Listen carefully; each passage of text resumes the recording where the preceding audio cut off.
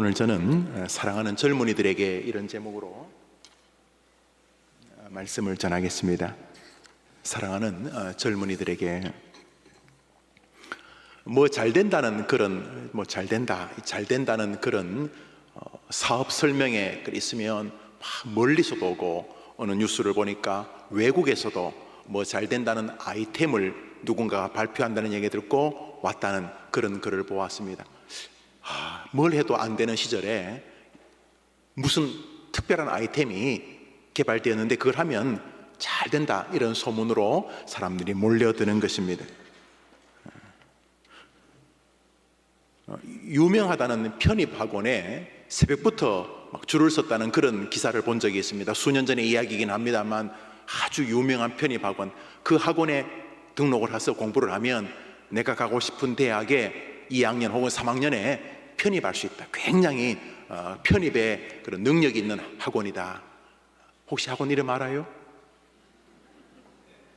그런가, 그거 새마다 새벽에 줄을 서 있었다. 그런 기사를 제가 신문에서 본 적이 있습니다. 요즘은 그런지 모르겠습니다. 요즘은 교수님들이 과외를 하는 게 법적으로 제한이 있다고 들었는데, 과거에는 어느 대학 음악 교수님한테 피아노 혹은 올겐 혹은 바이올린, 하프 등간의 그 레슨을 받기 위해서 제주도에서 비행기를 타고 한번 오는데 레슨 그 30분 1시간의 수업료가 수백만 원이다. 그런 것도 제가 기사에서 본 적이 있습니다.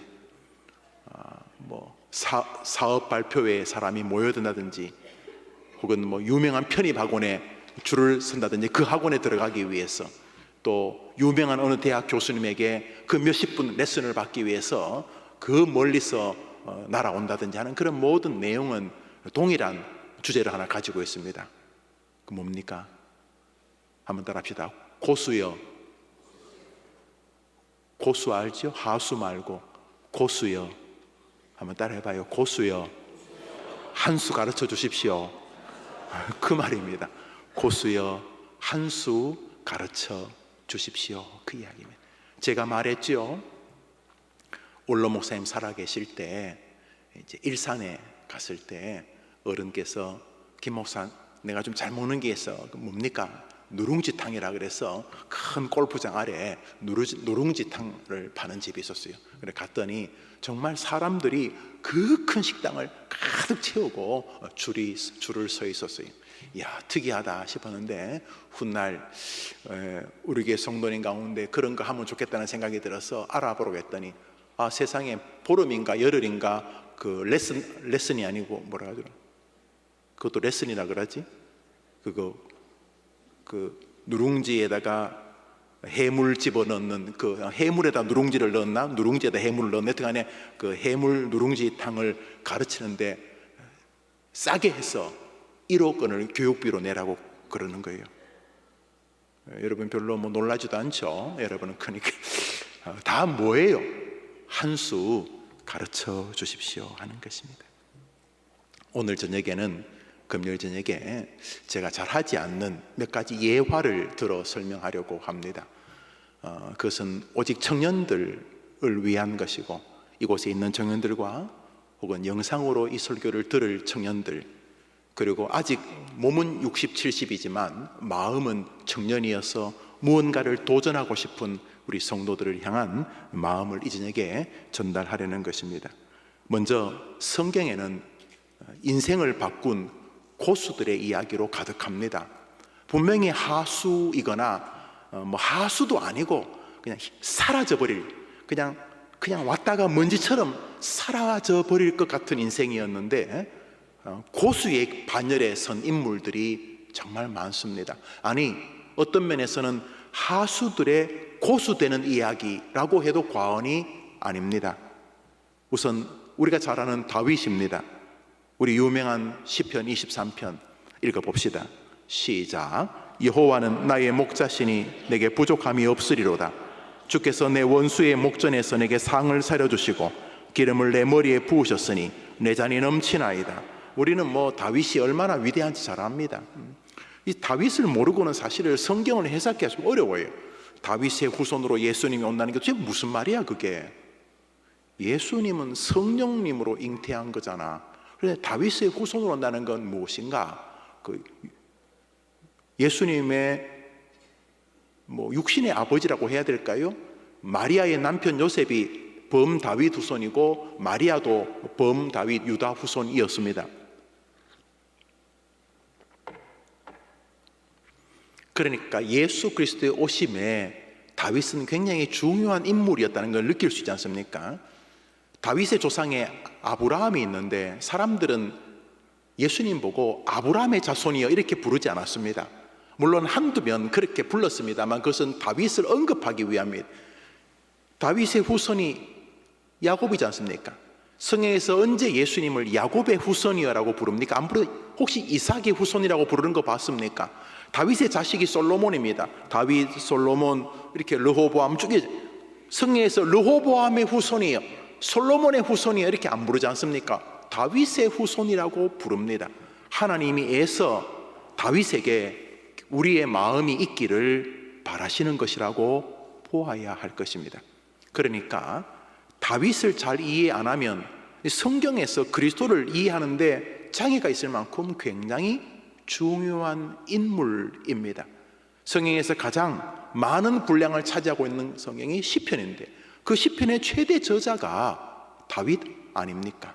지금 이스라엘의 대부분의 종교는 유대교, 주로 모세오경, 구약 성경을 섬깁니다만 그들도 메시아가 다윗의 후손으로 온다는 데는 이견이 없습니다.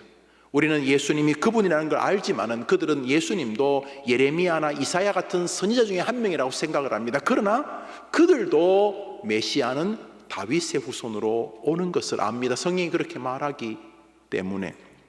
그런데 그러면 다윗은 날 때부터 이 성경 이 시편 23편은 다윗이 아마 노년에 지었을 것으로 추정을 합니다. 사망의 음침한 골짜기도 다녔고, 그리고 내가 여호와의 집에 영원히 거한다는 이런 표현들은 노인들에게서 나타나는 표현이고, 시편 전체에 희노애락이 담긴 것을 볼 때에 시편 23편은 다윗의 노년의 저작으로 추정이 되어집니다.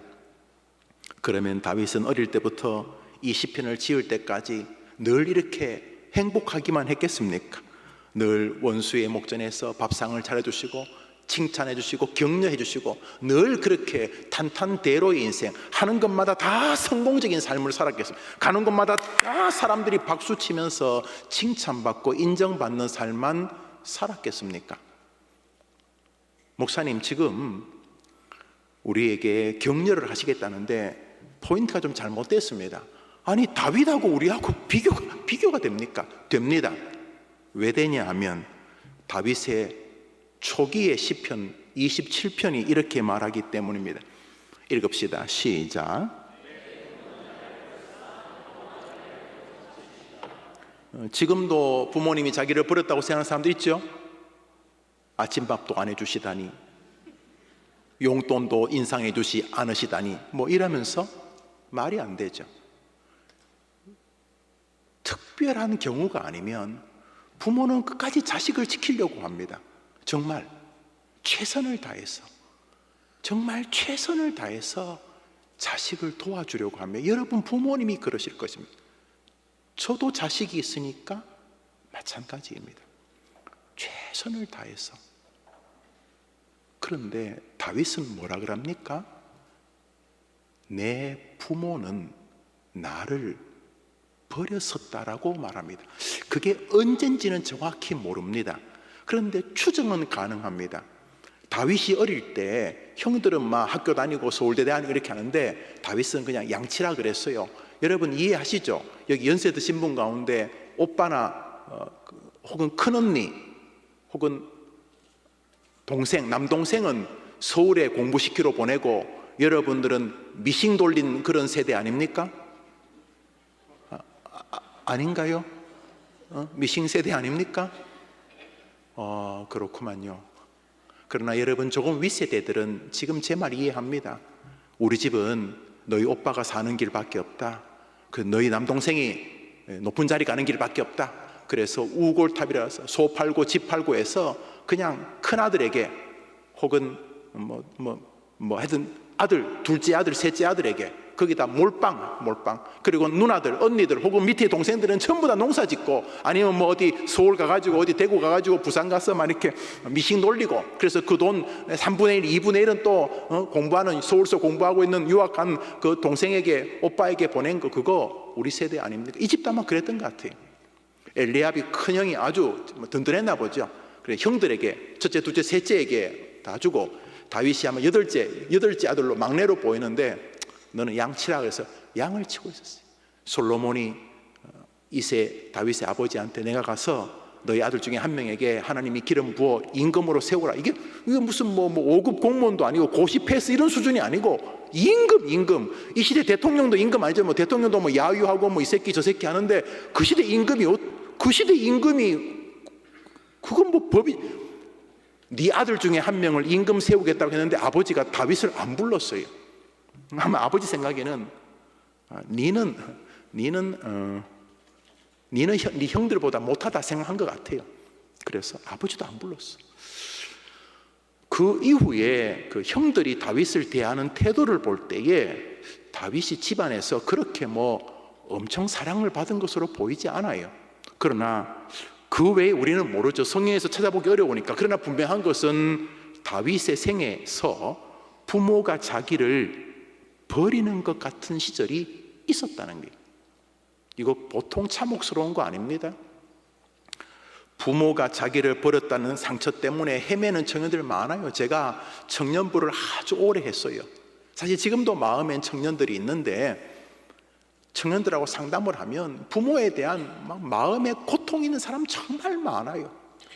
도저히 우리 아버지를 혹은 엄마를 용서할 수가 없다. 그래서 네 주제에 뭘 용서하냐는 곧바로 그냥 확 쏘아붙이죠. 너네 임마 너희 아빠가 엄마가 낳아준 것으로 끝이야 임마. 자식이 낳아줬는데 까불고 있어. 이렇게 말을 합니다. 임마 부모님 다 했어 임마. 너를 낳아주면 된 거잖아 임마. 이렇게 말을 하는데 그렇지만 마음의 아픔을 부정할 수는 없어요.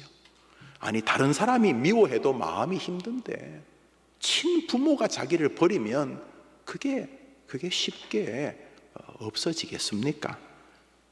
다윗에게도 어려움이 있었다는 걸 이 사람의 고백에서 이 시편 27편이 다윗의 저작이거든요.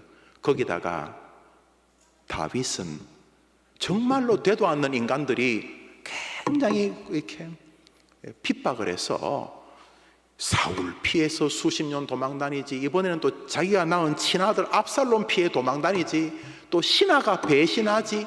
이 다윗도 정말 힘겨운 삶을 살았습니다. 여러분, 아니 뭐 누가 옆에서 괴롭힌 정도가 아니라 임금이 권력을 가지고 죽이려고 그래가지고 도망 다니고, 또 이렇게 다윗을 누가 보호해주면 보호해줬다고 또 제상들 다 죽여버리고, 다윗이 숨을 곳이 없었어. 근데 그 자기를 그렇게 괴롭히는 사람이 남이냐? 자기 부인의 아버지, 장인이야, 장인이 권력을 가지고 죽이려고. 그래서 수십 년을 도망했어요. 그게 좀 하나님이 해결하시니까 이번엔 또 친아들이 또 자기를 죽이려고. 야, 다윗의 인생은 만만치 않은 인생이었습니다. 그런데 우리는 다윗을 누가 인생 패배자라고 합니까? 이 사람을 인생 고수라고 불러야죠. 고수, 인생 고수. 다시 읽습니다. 내 부모는 시작.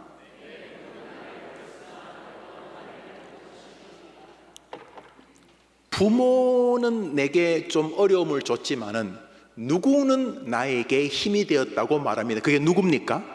여호와. 여기 지금 성경에 나오는 고수의 공통점이 있습니다. 그게 뭐냐면 하면 된다, 아자 한 게 아니고 하나님이라고 하는 외부의 힘에 근거해서 승리를 쟁취하는 것입니다. 할렐루야. 기독교는요 의존적 종교입니다. 의존, 기대는 종교입니다. 막 극기하고 노력하고 뭐 밥 굶고 뭐 풀떼기만 먹고 뭐 앉아서 잠자고 누워서 안 자고 막 무릎으로 기어다니고 막 가다가 또 뭐 여성을 보고 음란한 생각이 들면 막 바다에 뛰어들고 얼음물에 끼어들고 막 칼 가지고 막 허벅지 찌르고. 이거는 우리 종교에 없는 거예요. 한번 따라합시다. 그럴 때마다 나는 아직 인간 안 되는구나. 이게 첫째 반응이에요.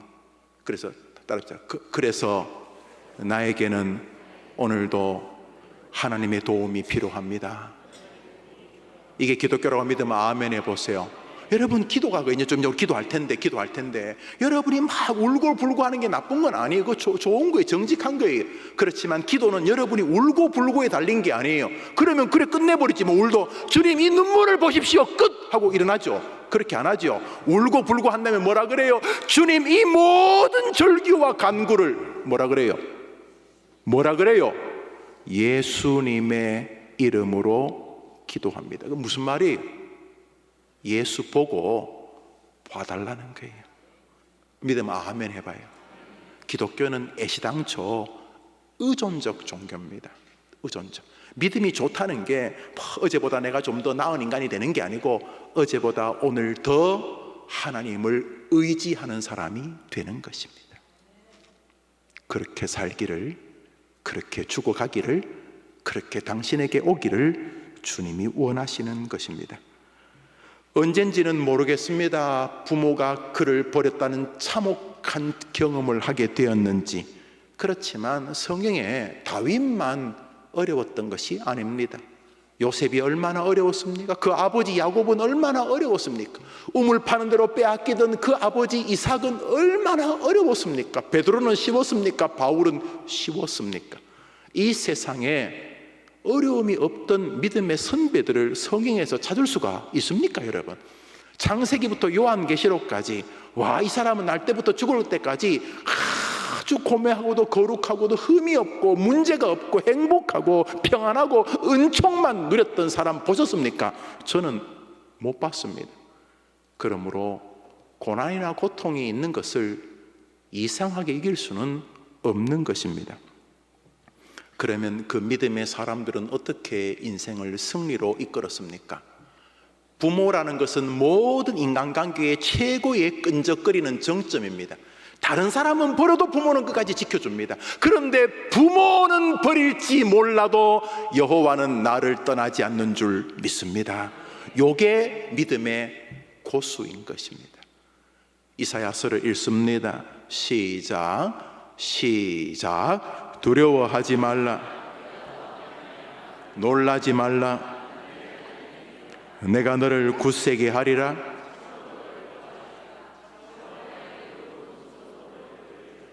인생의 고수는 저 말씀을 그대로 수납하는 것입니다.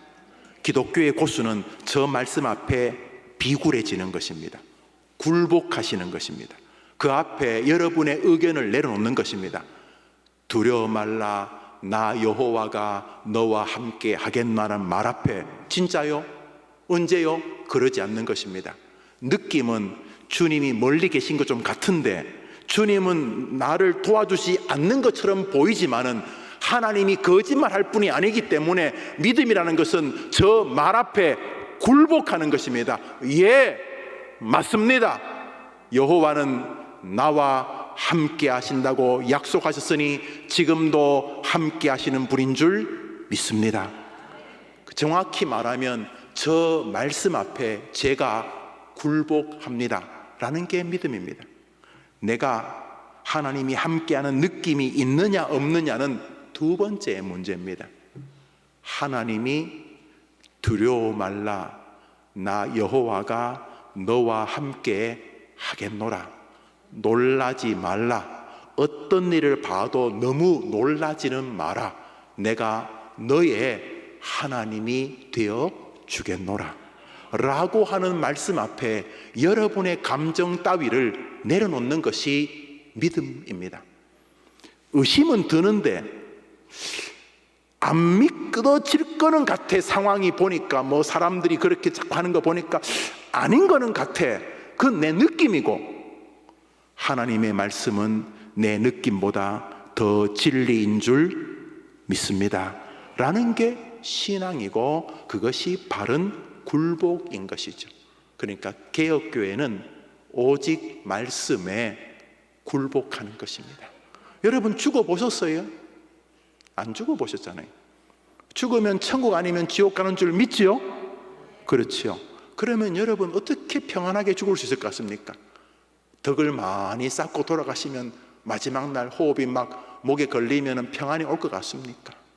여러분, 그날도 우리를 지키는 것은 예수를 믿는 자만이 영생을 주신다는 말씀만이 우리를 평안으로 인도하실 줄 믿으시기 바랍니다. 죽을 때도 여러분이 다른 거는 별로 위로가 안 돼요. 자식들이, 할아버지는 지금 죽으셔도 정말 우리 집안을 이렇게 세운 기둥이세요. 우리가 할아버지 돌아가신 다음에도 매일 제사 드리고 매일 기억하고 아침마다 향 피울게요. 그러면 여러분이 편안하게 죽을 것 같습니까? 여러분이 평안하게 죽을 수 있는 길도 여기 말씀이 여러분 앞에 그대로 수납되어질 때만이 벌어지는 일인 것입니다. 구원은요, 구원도 마찬가지입니다. 어떨 때는 구원받은 느낌이 드시죠. 막 눈물도 나고 감격스럽고 왠지 내가 착한 사람 될 것 같고 말 한마디 해도, 어떤 날은 내가 귀신 같고 내가 완전히 마귀같이 느껴지지 않습니까? 그러면 구원받은 것이 여러분 느낌에 따라 움직이는 것입니까? 기독교의 구원은 어떻게 이루어집니까? 주 예수를 믿으라. 그리하면 구원을 얻으리라. 주 예수 그리스도를 믿는 믿음에 구원이 있다는 말씀 앞에 굴복할수록 구원의 감격이 여러분을 장악하게 되는 것입니다. 말씀과 상관이 없는 교회 생활은 얼마나 허무하고 허상을 날아다니는지를 여러분이 느끼실 것입니다. 오직 말씀, 솔라 스크립투라라는 말은 그냥 해보는 소리가 아니고 여러분의 모든 것을 좌우하는 것입니다. 그런데 말씀하고 크게 관심 없이 몇 대째 예수를 믿는 이런 말은 위험한 말입니다. 종교성이야 인간에게 일부분 본유 형상으로 남아있지만 그렇게 믿을 만한 것이 아니기 때문입니다. 오늘도 주의 말씀에 근거에 승리하게 되기를 바랍니다. 하나님을 의지하였습니다. 다윗에게 승리를 준 것은 여호와이셨습니다. 어떤 여호와이셨습니까? 주의 말씀은 내 발의 등이요 내 길의 빛이라고 하신 말씀으로 자기를 인도하신 여호와이셨습니다.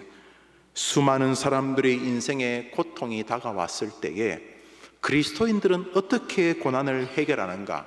그는 말씀으로 나아갑니다. 다시 말합니다. 청년들이요, 오늘 제목이 사랑하는 젊은이들에게 말했는데, 여러분이 외로울 때 다른 사람의 동조를 구하고 싶죠. 다른 사람에게 막 격려, 일부분 필요해요. 내 편을 만들고 싶고 위로받고 싶고. 그렇지만 허무합니다. 여러분이 돌아서면 허무함을 아실 것입니다. 그런데 그때 다른 데로 가지 말고 말씀 안으로 들어가 보십시오. 날조 안으로 들어가 보십시오. 한 말씀이 여러분이 딛고 일어서는 지팡이가 되는 것을 경험하게 될 것입니다.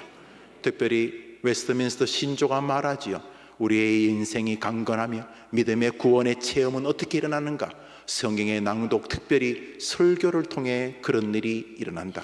웨스트민스터 소요문답 89번의 대답이죠. 여러분, 어느 날 설교를 듣는 가운데, 지금 여러분은 김용우라는 목사가 이 교회에서 21년째 목회하는 것의 연장선에서 금요일 저녁 3월 29일 2004년도에 설교하는 걸 듣고 계실 것입니다. 그러나 여러분, 저는 지금 여러분에게 설교하는 분이 하나님인 것을 조금도 의심하지 않습니다. 여러분이 뭐라고 하든, 물론 저는 오늘 아침부터 일산, 서울, 신방을 계속 다녔습니다. 그래요. 그리고 차 뒤에서 오늘 고맙게도 목사님이 운전해 주셔서 뒷좌석에서 설교도 준비하고 그렇게 했습니다. 예, 제가 읽었던 책 히브리어, 헬라어 뒤적거리고 영어도 뒤적거리고 또 읽었던 책, 또 날주의 묵상들, 그리고 내 마음에 있는 하나님 주신 것들은 달란들의 설교를 준비했을 것입니다. 그러나 이 시간 김용훈을 통해서 말씀하시는 분은 하나님이심이 분명합니다. 개혁교회는 여기서 단 한 발짝도 물러서지 않습니다. 여러분도 마찬가지. 여러분 인간 김용우에게 들으러 오셨습니까? 별로 들을 거 없어요. 여러분이 이 시간 여러분의 심령에 은혜가 임한다면 김용우를 통해 말씀하시는 하나님 때문인 줄 믿으시기를 바랍니다. 개혁교회는 그렇게 말합니다. 어떻게 사람이 구원의 은혜를 체험하는가? 성경의 낭독, 읽기, 그 중에서도 설교를 통해 일하시는 하나님을 통해 경험하게 된다. 여러분, 첫 번째 저는 다윗을 설명했습니다. 우리 젊은이들에게 한번 돌아볼 만한 선배로 부족함이 없어요. 그런 고수입니다. 어린 시절, 청년, 중년, 노년까지 만만치 않았습니다. 노년에는 또 신하가 배신하려고 그래가지고 참 어려웠고, 자식 중에 하나가 또 배신하려고 그래서 어려웠습니다. 그렇지만 다윗의 생애를 붙잡은 게 있었습니다. 그것은 여호와 하나님은 자기를 지켜준다는 신앙이었던 것입니다. 하나님은 지금 우리에게 어떻게 그 일을 경험케 하시는가? 말씀을 통해 그렇게 하신다는 것입니다. 여러분, 두려워 말라 내가 너와 함께 하겠다는 이 말씀이 부족합니까? 하나님이 여러분에게 금 빌어야 되겠습니까? 제발 이 말 믿어달라고 그래야 되겠습니까? 여러분이 무슨 대단한 인간인데 내가 너와 함께 하겠다는 하나님의 말씀을 의심합니까? 그럴 권리가 있으십니까, 여러분? 그러니까 죄와 사단이 부추기는 것입니다. 안 돼. 하나님이 너와 함께해도 안 돼. 너는 희망이 없어. 네 과거를 봐. 네 중학교, 고등학교 때 시절을 봐. 네 지금 봐. 네 미래도 별 것 없잖아. 어느 게 진짜입니까? 그게 진짜입니까? 저 말씀이 진짜입니까? 고술은 말씀 앞에 있는 사람인 줄 믿습니다. 그래서 여러분 성경 읽을 때 기대하셔야 됩니다. 하나님 말씀으로 내게 다가와 주십시오. 제가 오늘 성경 읽으려고 합니다. 도와주십시오. 오늘 설교를 들려 하나님 말씀 가운데 역사해 주십시오. 오늘 두 번째 소개할 사람은 한 어린 아이입니다. 한 아이가 있었습니다. 10살 때 아버지가 돌아가십니다. 10살 때. 그래서 장례를 끝내고 엄마와 자기라고 이제 누이들이 있었는데 아버지가 돌아가시 1년 뒤에 학교를 지나가다 축구공이 날아오는데 축구공에 눈이 맞습니다. 그런데 놀랍게도 두 눈이 다 신경이 그 축구공에 맞아 끊어지게 됩니다. 그래서 중학교 아이가 실명을 이렇게 하게 됩니다. 11살 때 실명을 하게 됩니다. 그리고 2년 뒤에 어머니가 돌아가십니다. 이게 그러니까 10살 때 아버지가 돌아가시고 11살 때 눈을 잃고 13살에 어머니가 돌아가셨습니다. 그랬더니 집에 맞이인 누나가 학교를 중퇴하고 방직 공장에서 일을 하게 됩니다. 그런데 어린아이가 무리가 뛰었나 봅니다. 누나가 직장에서 일하다가 쓰러집니다. 그리고 죽습니다. 뭐 제대로 못 먹었으니까 과로사일 것입니다. 이걸 뭐라고 설명해야 되겠습니까? 이거를 아버지 죽고 자기는 그 다음에 두 눈을 잃고 2년 뒤에 엄마가 죽고 그리고 1년 뒤에 누나가 죽었으니까 이거를 뭐라고 설명을 해야 되겠습니까? 이제 사춘기가 된 14살, 15살 이 아이가 자살을 여러 번 시도합니다. 생각해 보시오. 두 눈이 있어도 살까 말까 하는데 부모님 안 계시고 두 눈을 잃어버렸습니다. 그렇게 죽으려고 결심하는데 먼 친척이 목사님이셨습니다. 먼 친척이, 그것도 목사님도 목회가 바쁘시니까 애를 돌볼 수는 없고, 그래서 먼 친척이 이 아이에게 와서 얘야 가까운 교회를 나가보렴 이렇게 말했습니다. 어른의 말이기도 하지만 교회를 나가보렴이라는 말이 이 아이에게 하늘의 음성처럼 다가왔습니다.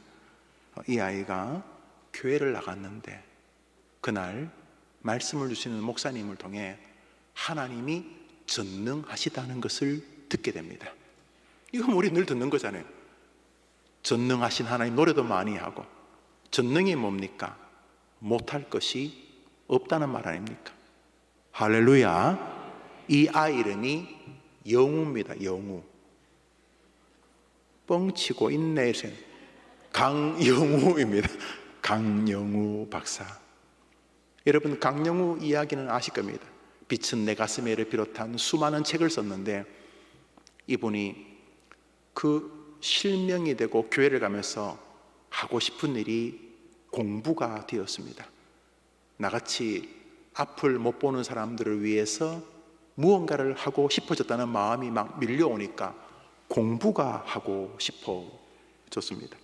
중간을 다 생략하고 이 아이가 공부를 하기 시작합니다. 그때 자기보다 연상이었던 석은옥이라고 하는 숙명대 대학생이 맹아학교에 왔다가 이 아이를 보고 긍휼히 여기다가 눈이 맞았습니다. 눈이 맞았습니다. 석은옥 여사와 강영우가 인생을 살아갑니다. 부모가 그렇게 반대하셨다는, 당연하죠.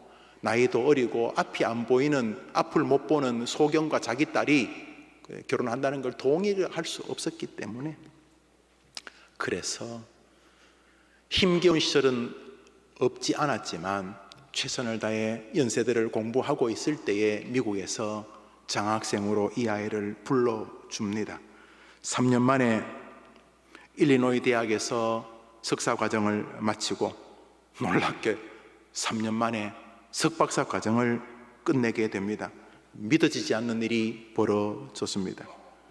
한국인으로 그 당시 미국 최고위 차관 자리에 오르게 됩니다. 미국 전역에 있는 장애인들을 총괄하는 차관이 되었습니다. 차관이 되기 전까지는 자기 모교인 일리노이 대학의 사회학과 교수였습니다. 근데 이분이 참 책을 많이 썼고, 이제 결국 미국에서 미국 국적자가 되었는데, 한국에 올 때마다 조그만 교회든 큰 교회든 지쳐 있는 사람들이 있으면 가서 간증을 했습니다. 참 제가 해림교회 보면서 때 살아계셨기 때문에 꼭 한번 모시고 싶었는데 몇 해 전에 췌장암으로 소천을 하셨습니다. 죽는 길도 참 아름다웠어요. 아들이 워싱턴에서 제일 유명한 의사이거든요.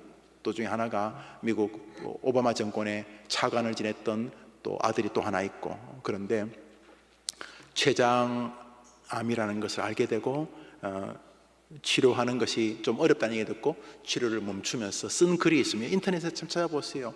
내용은 이런 것입니다. 수고하신 의료진들 너무 감사합니다. 근데 저는 제가 살아온 동안 너무나 과분한 은혜를 하나님과 사람들에게 받았습니다. 요거는 제 마음하고 똑같아요. 강영우와 김영우는 수준이 많이 차이 나지만은 살아오는 동안 하나님과 사람들에게 받은 은혜가 과분한 것만큼은 동일해요, 진심으로. 그러면서 자신이 남은 생애를 멋지게 살아가십니다. 그래서 아내에게 그리고 두 아들에게 남긴 편지들이 귀합니다. 강영우 박사. 그런데 그 강영우를 변화시킨 게 하나 있습니다. 어느 사람의 설교였습니다. 한번 더 합시다. 하나님은 전능하시다. 이 말씀이 믿어지면 청년들의 앞길도 열릴 줄 믿습니다. 부모가 돌아가시고 눈이 안 보이고 상관없어요. 하나님은 전능하시기 때문입니다. 하나님은 기다리고 계세요. 어떤 놈 좀 없나? 나를 하나님이라고 진짜 인정하는 그런 거 좀 없나? 전부 다 머리똥만 들어가지고 혹시 이러지 않으실까? 여기 있는 청년들이 그렇게 도전하게 되기를 바랍니다. 혹시 아이고 목사님 좀 젊을 때 이야기하지, 내가 지금 65세 70세인데 괜찮아요 여러분. 내가 늘 말하죠. KFC 켄터키 후라이드 치킨 만든 사람이 커넬 헌더슨인데, 핸더슨이 그거 시작할 때가 65세였어요 시작해보세요. 싫음 말고. 나이는 문제가 아니에요. 나이는 아무런 문제가 안 돼요.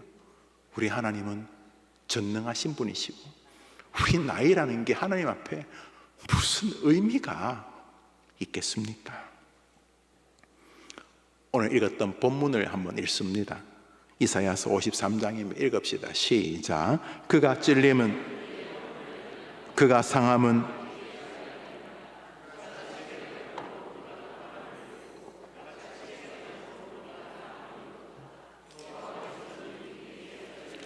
이제 여러분 청년들에게 좀 어려운 주제를 하나 설교합니다. 그것은 뻔뻔함에 관한 것입니다. 저 본문은 무엇입니까? 고난주간에 많이 애송하는 말씀입니다. 특별히 오늘 고난주간 예수님이 십자가에 달렸다고 생각하는 그날 아닙니까? 자, 저 본문이 뭡니까? 그가 찔림은 우리의 허물 때문이다. 전적으로 동의합니다. 우리는 유구무원 입이 100개라도 할 말이 없습니다. 나 때문에 천사 몇 명이 죽은 게 아니고 전능자가 성부, 성자, 성령 삼위일체 중에 한 분 하나님이 돌아가셨습니다. 할 말 없습니다. 그가 찔림은 우리의 죄악을 인함이라. 우리는 어떤 말도 그 앞에 붙일 수 없습니다. 그냥 침묵할 수밖에 없습니다. 그가 징계를 받음으로 우리가 평화를 누리고 그가 채찍에 맞음으로 우리가 나음을 입었도다. 여호와께서는 우리 무리의 죄악을 그에게 담당시켜셨도다. 할렐루야. 근데 저기 고난주간을 잘못 보내면 전반부만 집중합니다. 그가 찔림은, 그가 상함은, 그가 징계를 받음으로, 그가 채찍에 맞음으로. 맞아요. 그것을 묵상하는 게 나쁘지 않습니다. 참 내가 너무 참 되먹지 못한 인간인데 어떻게 아직까지도 되먹지 않았을까? 예수를 믿은 지 30년, 50년이 된 남들이 나보고 집사님, 뭐 장로님, 권사님 뭐 이래 부르고 있는데 나는 아직도 왜 이렇게 짐승이지? 응? 내가 목살까?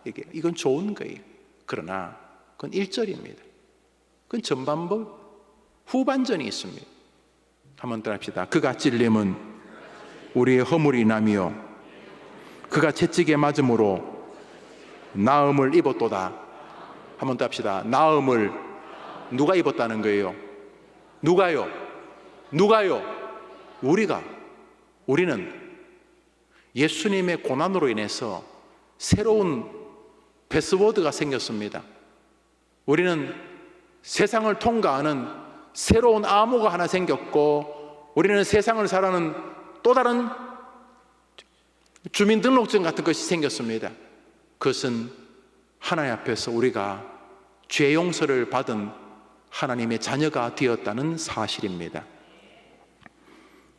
여러분, 저 본문을 통해서 여러분 때문에 고난당하는 주님을 묵상하는 것은 유익합니다.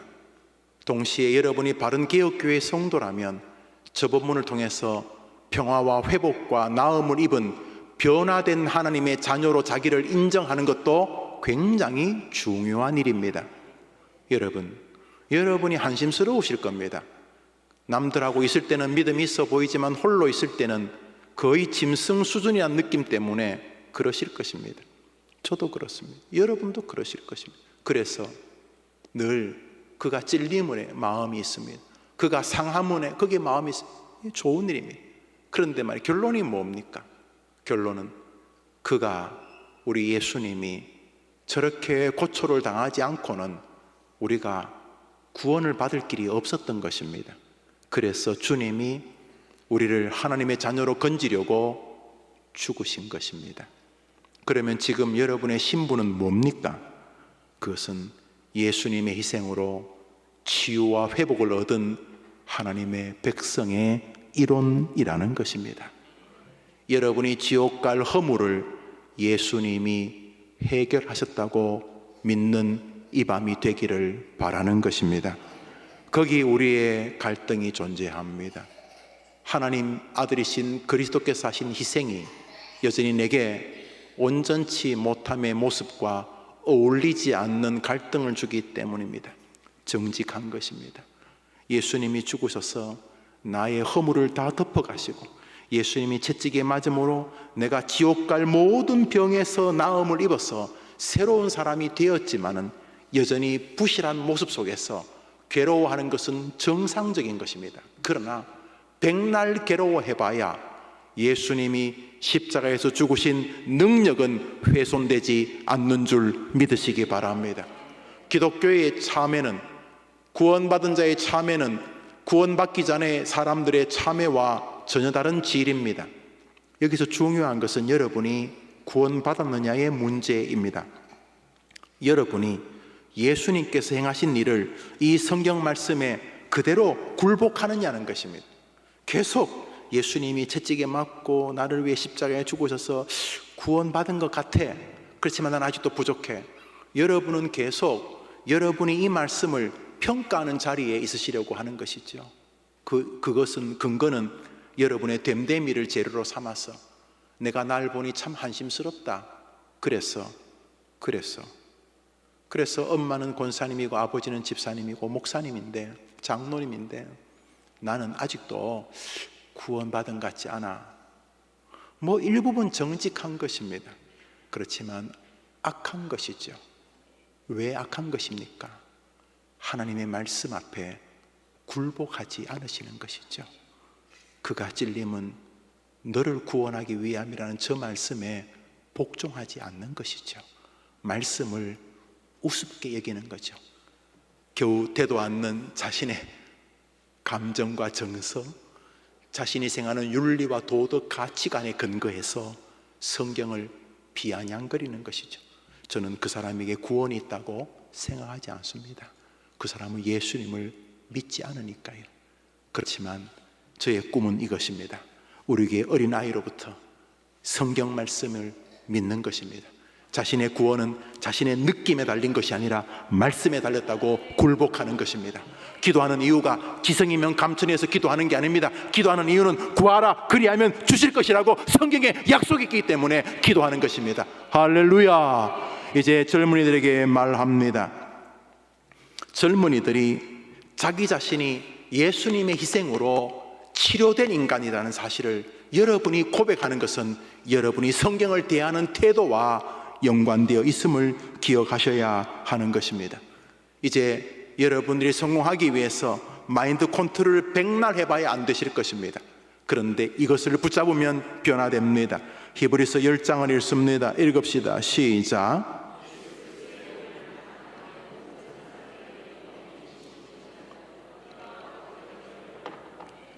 거룩하십니까 여러분? 어떻습니까 여러분? 거룩하십니까? 아시죠? 오늘 전까지도, 예배 전까지도 막 가슴에 막 구라파 전쟁이 일어나고 전혀 기독교인답지 않지 않으셨습니까?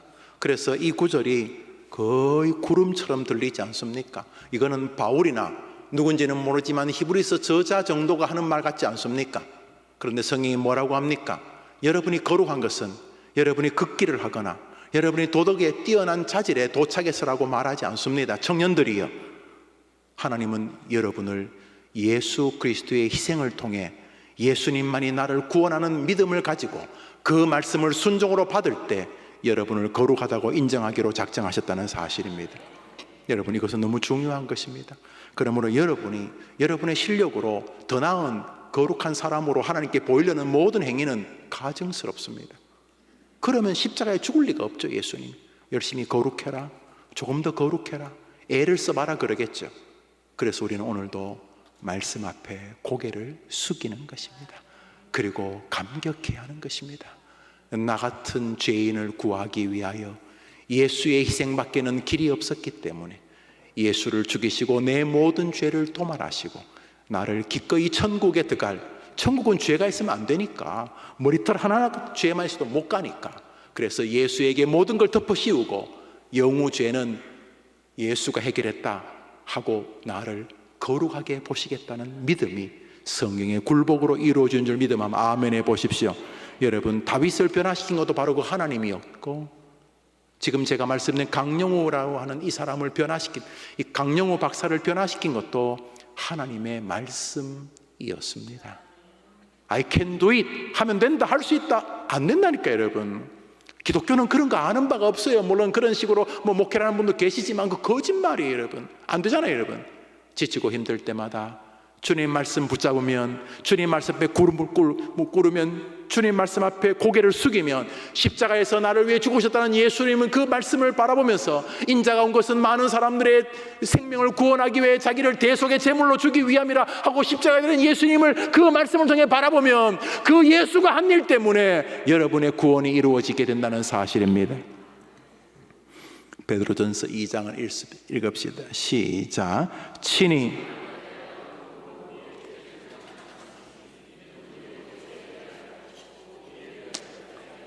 우리를 죄로 이제 더 이상 언급하지 않고 의로운 백성으로 인정하시기 위하여 뭘 하셨다고요?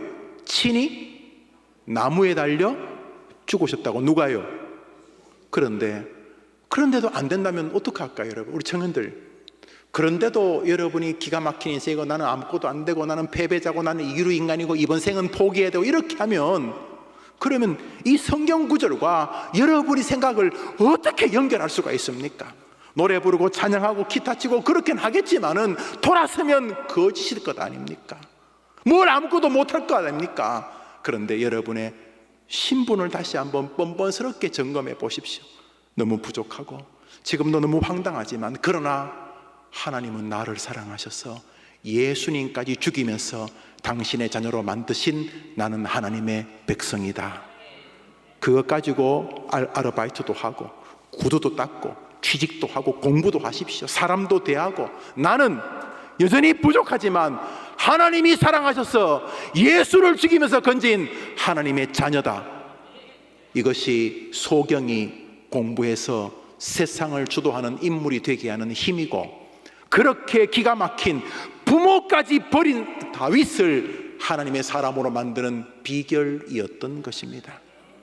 하나님을 의존하는 여러분 되기를 축복합니다. 하나님을 의지하는 젊은이 되기를 축복합니다. 하나님, 내 부모는 나를 버리고, 나는 두 눈이 없고, 나는 학벌도 시원찮고, 나는 배경도 시원찮고, 내 주변에는 나를 괴롭히는 적들이 둘러쌌지만 하나님이 계시기 때문에 나는 복된 인생을 살 수밖에 없는 줄 믿습니다.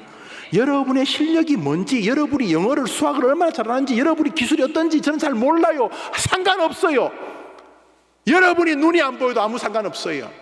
여러분이 하나님하고 여러분의 관계가 어떤지를 먼저 점검하는 것이에요. 다윗이 말하죠. 부모는 나를 버려서도 하나님은 나를 영접하나이다. 그러면 되는 거예요.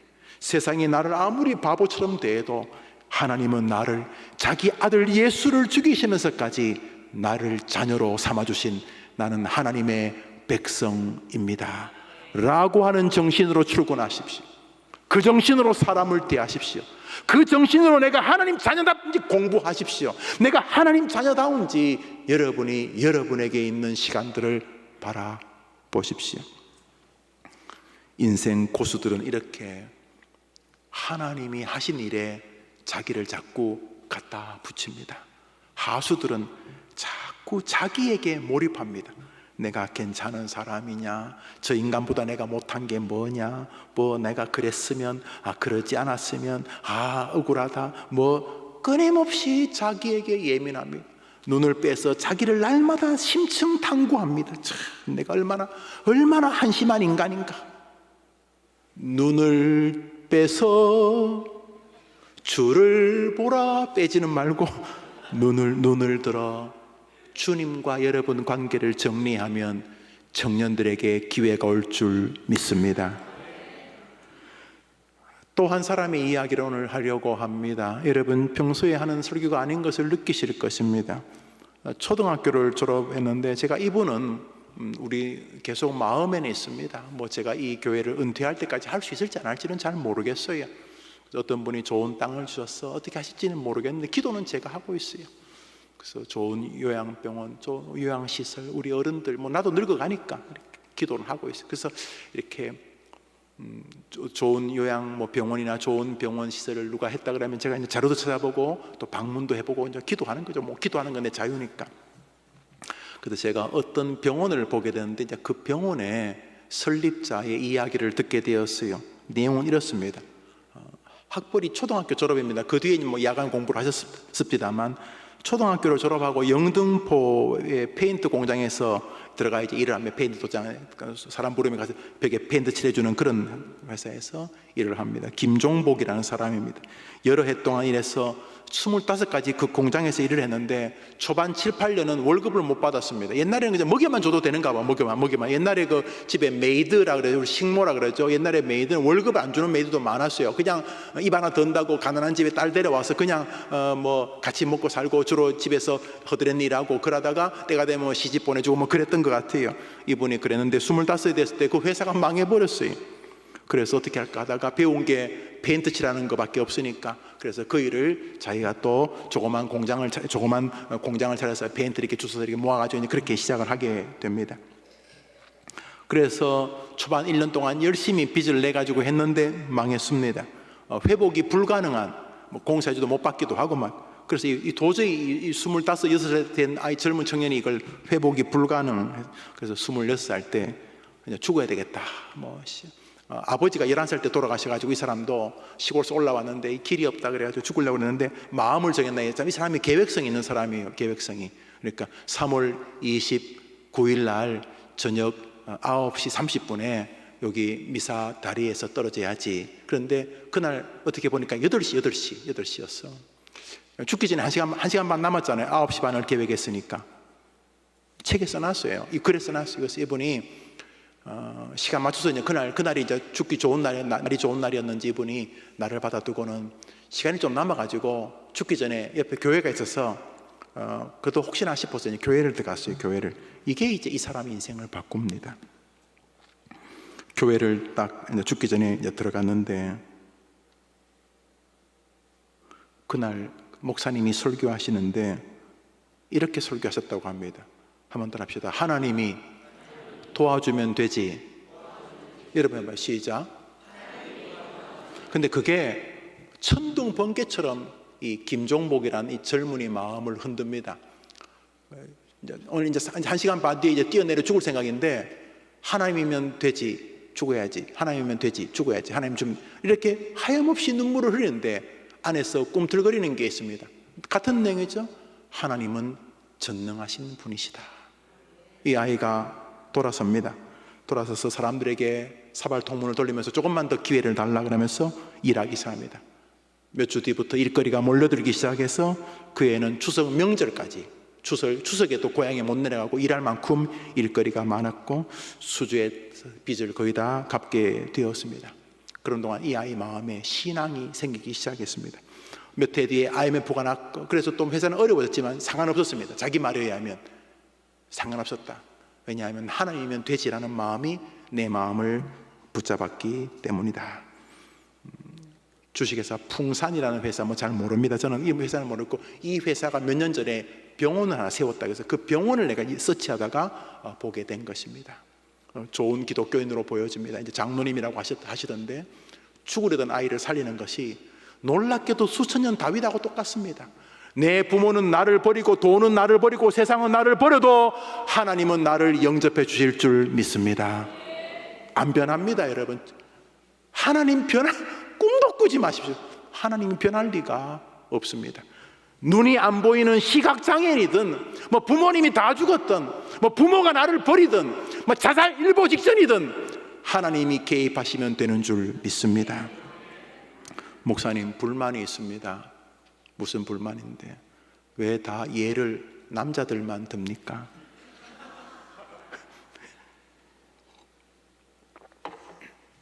이분은 제가 직접 고물상까지 가본 이야기입니다. 제가 이분 고물상을 가봤어요. 여자분 이야기를 하나 하고 마치겠습니다. 저는 이렇게 예화를 가지고 설교하는 게 굉장히 어색해요. 여러분도 어색하죠? 아니, 제가 해림교회 온 지 3년인가 4년인가 되었을 때입니다. 텔레비전에 한 여인이, 좀 시골스러운 여인이, 그때 60이셨는데 해림교회와 가까운 풍납동, 우리 교회랑 가깝잖아요. 풍납동에 이 고물상을 하시는 김인란이라고 하는 여인이 국민포장을 받습니다. 아주 자랑스러운 것이죠.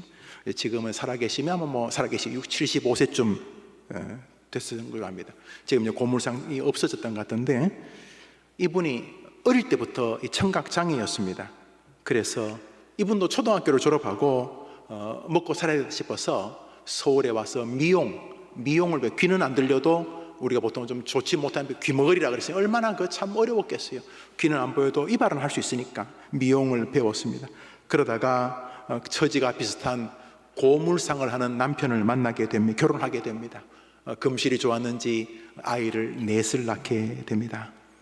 그래서 이제 뭔가 좀 해보려고 할 때 1984년도 제가 신문 찾아봤어요. 그 풍납동 근처에 살인적인 수해를 잊게 됩니다. 기억나시죠? 저 뒤에 기억나시나요? 예, 그래요. 저 뒤에 기억나실 줄 압니다. 임정희 고생 같은 분 다 기억하실 거예요. 그래서 싹 다 사라져버린, 겨우 목숨만 건졌습니다. 고물상도, 살림집도, 고물상 안에 있던 집도 다 사라졌습니다. 그렇지만 남편이 막 너무너무 좌절할 때 이 김일란 이 여인은 포기할 수가 없었습니다. 애가 넷인데 애 넷 없었으면 죽었을 텐데. 그래서 다시 또 이를 악물고 열심히 기업을 일으킵니다. 그래서 한 4, 5년 하니까 84년도에 홍수가 났었는데 85, 86, 87, 88 한 4년 하니까 다시 예전만큼 안 돼도 자리를 좀 잡았는데, 그 다음에 1989년도에 아침에 일어나다가 남편이 뇌출혈로 쓰러지게 됩니다. 그리고 병원에 가서 죽습니다. 그때 나이 김일란 이 여성분의 나이가 40살이었습니다. 참 기가 막힌 일이 아닐 수가 없습니다. 남편은 읽고 그래도 살아야 되니까 고물상을 계속 경영하는데 그 다음에 1990년에 84년에 났던 것보다 더 피해가 많은 두 번째 홍수가 나서 그 고물상을 다 쓸어가 버렸습니다. 이건 말 그대로 기가 막히다는 말밖에는 할 수가 없지 않았겠습니까? 풍락동 전체가 기사 찾아보세요. 막 난리가 났었습니다. 최악의 상태가 빠집니다. 현재 아산병원이 생겨서 그 이후로 그 일 없었다 이렇게 말씀하시던데, 여튼 간에 그 풍락동 일체가 완전히 엉망이 되었는데 김일란 여사의 마음도 엉망이 되었을 것입니다. 생각해 보십시오. 청각장애, 남편의 죽음, 재산의 손실, 그리고 어린아이 넷. 그런데 그녀는 결국 그 모든 어려움을 이겨내고 풍납동에서 또 고물상을 멋지게 운영하면서 내 아이를 아주 훌륭하게 키워내게 됩니다. 그래서 그녀를 아는 주변 분들이 추천이라 그러나요? 서명을 해서 이분이 나라로부터 주는 큰 상을 받게 되었고, 그 상을 받을 즈음에 좋은 집을 장만했다, 그런 기사를 보았고, 제가 그분을 한번 보고 싶어서 고물상을 갔었던 적이 있습니다. 여러분, 젊은이들, 다윗이나 강영우나 김종복 사장이나 김일란이나 여호수아나 히스기야나 다 똑같은 게 안 느껴집니까? 고난이 없는 인생은 없는 것입니다. 그런데 하나님께 붙어 있으면 길이 있다는 사실 또한 진리인 줄 믿으시기를 바랍니다. 결국 주님은 우리에게 너 나 어떻게 생각하느냐 이렇게 물으시는 것입니다. 우리 마지막 성경을 읽겠습니다. 빌립보서 4장을 읽읍시다. 시작.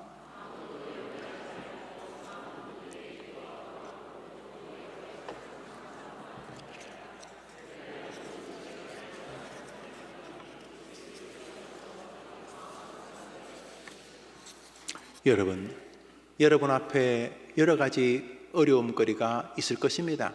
여러분이 아무리 지금 좋은 학벌을 가지고 있어도 미래가 불안한 것은 틀림없을 것입니다. 그럴 것입니다. 기성세대가 모든 자리를 다 차지하고 있는 것 같고 여러분에게는 기회가 없는 것처럼 느껴질 수 있습니다. 아닙니다. 그걸 해보는 소리입니다. 여전히 기회는 하나님 품 안에 가득하기 때문인 것입니다. 그러므로 고난거리와 근심거리가 없다는 것은 거짓말입니다. 고난과 근심거리가 있는 것은 정상입니다. 그때 주님 말씀하십니다. 뭐 할래? 근심하고 걱정할래? 뭐 할래? 나에게 나를 인정하며 기도로 나올래? 한번 따라합시다. 아무것도 염려하지 말고 오직 다만 모든 일에 기도와 간구로 너희 구할 것을 감사함으로 하나님께 아뢰라. 염려하지 말고 기도하고 간구하고 내게 구하고 내게 아뢰라. 고난을 신뢰할 것인지 하나님을 신뢰할 것인지, 여러분의 현실을 신뢰할 것인지, 여러분을 사랑하겠다는 말씀을 신뢰할 것인지 여러분이 결정해야 될 때가 청년 시절인 것입니다. 청년들, 하나님에게 길이 있습니다. 청년들, 하나님 말씀에 길이 있습니다. 여러분이 말씀을 어떻게 대했는지를 돌아볼 때 여러분에게 구원의 확신이 다시 시작될 것입니다. 회심의 역사가 나타날 것입니다. 성경에 동의한 것밖에 없는데 신나게 될 것입니다. 성경에 그저 고개를 숙인 것밖에 없는데 가슴이 뜨거워질 것입니다. 그냥 성경에 있는 말씀을 그대로 인정해드린 것밖에 없는데 세상을 보는 눈이 달라지게 될 것입니다. 우리 같이 한번 찬양하겠습니다. 모든 지각에 뛰어나신 모든 지각에 뛰어나신 하나님의 평강이 예수 안에서 너의 마음과 너의 생각을 지키니 아무것도 너는 염려치 말고 오직 기도와 간구로 하나님께 너의 구할 것을 감사하므로 하라. 아무것도 염려하지 말고 아무것도 너는 염려치 말고 오직 기도와 간구로 하나님께 너의 구할 것을 감사함으로 하라. 우리 이 시간 같이 한번 기도하겠습니다. 청년이라고 볼 수 없는 나이 계신 분이 계실 것입니다. 아닙니다. 진실로 아닙니다. 하나님의 전능하심 앞에 우리는 다 동일한 사람들이기 때문입니다. 청년이 하나님 앞에 무슨 의미가 있고 노인이 하나님 앞에 무슨 의미가 있겠습니까? 전능하신 하나님이 개입하시면 다 청년의 역사가 나타나게 되기 때문입니다. 하나님이 개입하시면 노인들이 환상을 보고 꿈을 꾸고 예언을 하게 되는 것입니다. 이 시간 주님은 너무 너에게 예민하지 말고 나에게 예민하라고 말씀하고 계시는 거죠. 청년들, 아무리 자기를 두드려 패도 잘 안 될 거예요. 하면 할수록 의기소침이 오고 해보면 해볼수록 낙심이 커질 수도 있을 거예요. 그때마다 기억하세요. 나를 복되게 하는 것은 내가 아니라 하나님이시다. 내 부모는 나를 버렸어도 하나님은 나를 영접하시리이다. 자기 아들을 아끼지 아니하고 내어주신 하나님이 내게 다른 것을 왜 선물로 주지 아니하시겠는가? 그가 찔림은 나의 평화를 누리게 하기 위함이시다. 면목 없고 죄송하지만은 그래서 나는 어떻게 되었는데 그가 찔림은 나에게 안녕과 위로와 그 안에서 평안을 누리게 하지 않았는가? 나는 예수님의 희생으로 인하여 하나님의 당당한 자녀가 아닌가?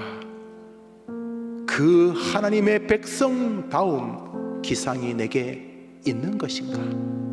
여러분이 말씀을 대하는 여러분 자신을 점검한다면 방금 여러분에게 말씀드렸던 몇 명의 선배들과 동일한 결과를 여러분의 생애에 하나님 앞에 나타나게 될 줄 분명히 믿습니다.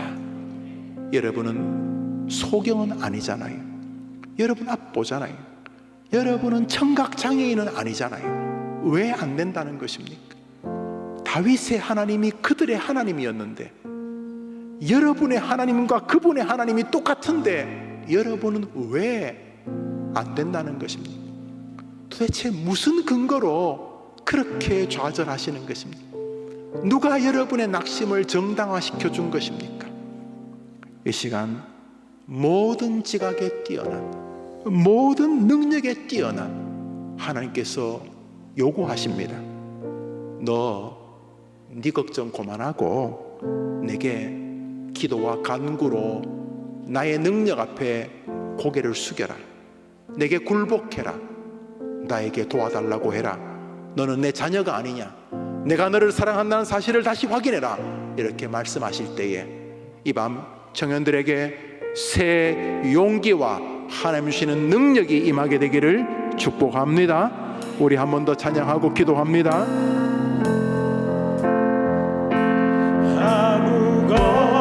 아무것도 너는 염려치 말고 오직 기도와 간구로